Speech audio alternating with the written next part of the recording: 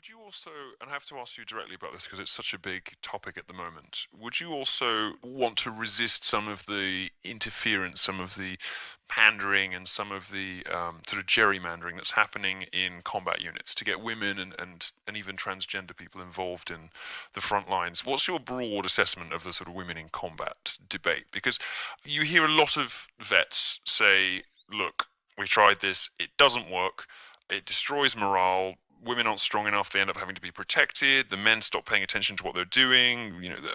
There's so many negative outcomes here, and it's being foisted on us by generals who've never seen combat or haven't done for 30 years, and standards Well, are either being overlooked or lowered to get people in the field to effectively put the whole unit at risk. What's your view on that? and people will say, if I just give my opinion, they say, well, you're a guy and you're a misogynist or whatever. And then I'd say, okay, look at the science.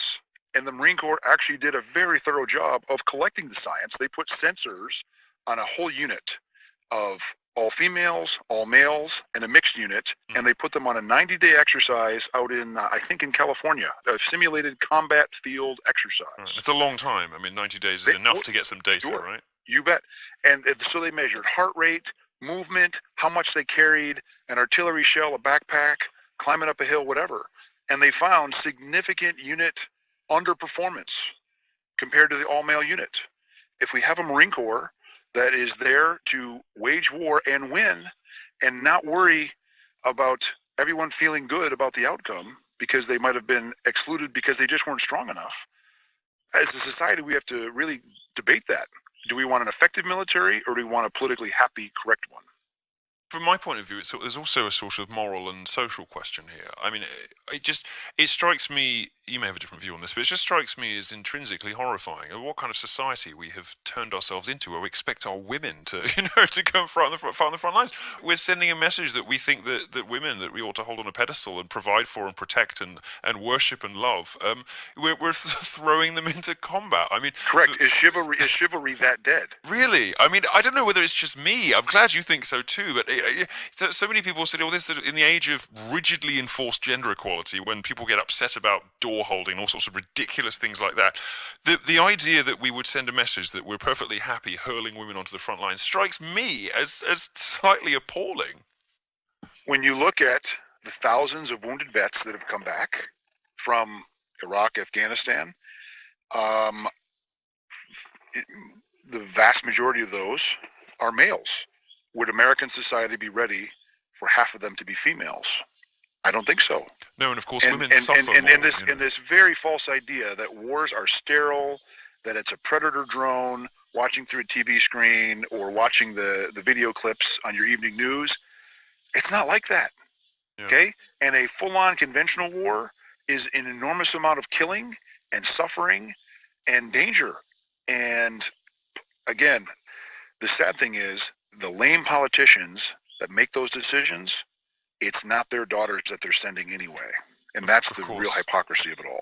And if you care about women, as anybody with a shred of decency and chivalry and integrity ought to, of course, the data, as you correctly say, look at the data. The data shows that women simply don't cope as well with the aftermath of war. The trauma, Well, the PTSD hits them harder. Is that right? sure, but I'm talking about the conduct of war. Of course, I mean, of as a course. nation, the most important thing you got to worry about is Well, are you how going do to we win or not not? lose that war? We must win, okay? And making that a secondary consideration to political correctness is societal suicide. And today, President Trump has Yeah. come out and said no more transgenders. First of all, are there that many trans people and that many in the military that this is even a story? I don't get this, Milo. Do you? No, I think no. Of course, I think it's like was it 0.8% of applicants or whatever. Look, I gave a quote to the Washington Post, which was something along the lines of, "This is fantastic because what we should be doing to help people with this horrible condition is giving them therapy and drugs, not transition surgery, by the way, for which there is no evidence whatsoever that it makes anybody any better. Suicide rates seem to get worse, not better, and it doesn't make anyone feel any better afterwards. I think they should be encouraged to reconcile their bodies and their own perceptions of their bodies with reality. What we shouldn't be doing is hurling them onto the front lines where they're clearly going to represent a risk to their fellow soldiers. What I also added, by the way, was that this was although it was the most controversial tweet of the year and a brilliant bit of misdirection from whatever is going on in Washington that I don't care about because it's too boring. It's a brilliant bit. I know I honestly don't know. Who knows? Yeah. I want to go through my whole life never knowing what TPP is. I don't know. I don't want to know. I never want to find out. Okay. That's for other people.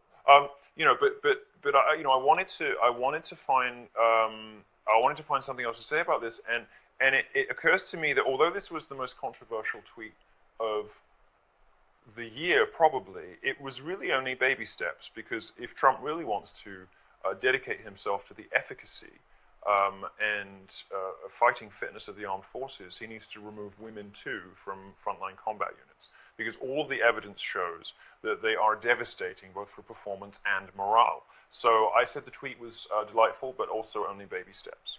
Okay. I did later wonder whether I had whether I was getting this wrong, and whether in fact we could use them like whites, you know, from Game of Thrones, those formerly human, terrifying creatures you could hurl at the enemy so the ammo gets used up, just as a sort of horrifying cannon fire. I mean, can you imagine it? Can you imagine it? I mean, Gavin McInnes got fired for writing a column saying, "Aren't we all transphobic?" Of course we are. Yeah. Can you imagine? I'm sorry, because I know he used to be your friend, so I don't mean to offend you. Well, and I don't care if I do, but really, but can you imagine 5,000 Caitlyn Jenners charging at you on the battlefield? I'd be out. I'd be out.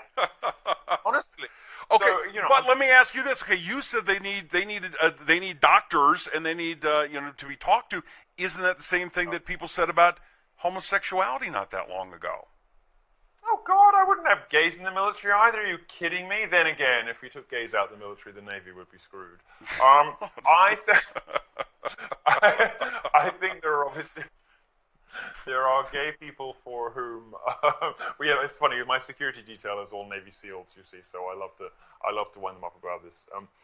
There are, I think, some really serious fundamental differences between sexual orientation and body identity disorders. On the one hand, somebody has a condition or a predisposition or a sexuality that means that they're attracted to people of the same sex. Mm-hmm. Okay, there's no reason to suppose that has anything in common, anything whatsoever, psychologically, to do with somebody who believes that they were born into the wrong body. They're completely different conditions, if you like. Okay. And yeah, people did used to say that being gay was a sort of disease and that it could be cured. Well, people have said that about all sorts of things. Sometimes they're right, sometimes they're wrong.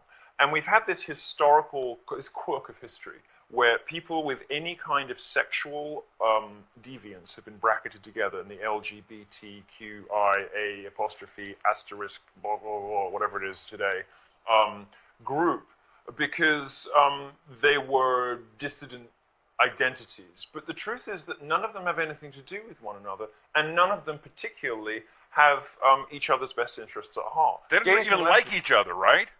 Gays and lesbians hate each other. Are you kidding me? I mean, we let them in our bars because they drink so much. They keep I mean, we have figures to maintain, so we let the dykes in our bars to keep them solvent. But lesbians don't let us in their bars. They don't. They don't have men. They don't have men through. You think I'm kidding? They don't have men through the doors. Complete double standards. Yet again, more female privilege. I did not know that. There's another thing I didn't know. It's true. You go to a lesbian bar and try and find a dude. You go to a gay bar, it's full of women.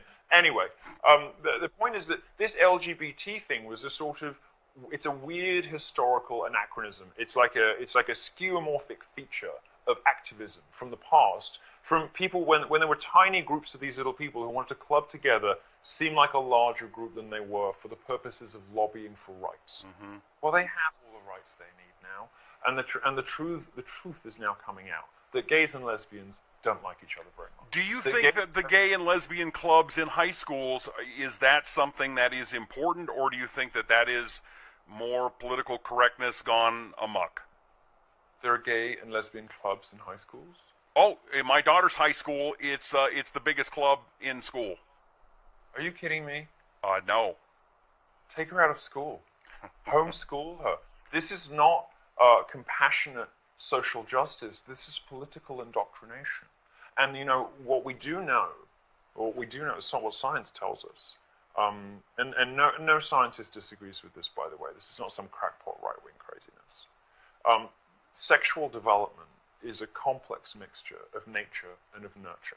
Now, some people seem to be born with genetic predispositions towards certain kinds of sexual behavior. Sex with men, sex with women, sex with potted plants, whatever. Foot fetishes. But in your environment, how you grow up and what you're surrounded by, and the messages that you're sent while you're growing up, play a significant role in how your sexuality chooses to express itself. And I'm speaking in slightly abstract language. Okay, let me ask you about you, if you don't mind. Let me ask you about you. Do you think that your proclivity is because of being with a priest at a young age? Did something happen? Or do you think you were just born that way? I don't think it was the priests. I think I just wanted to piss off my mom.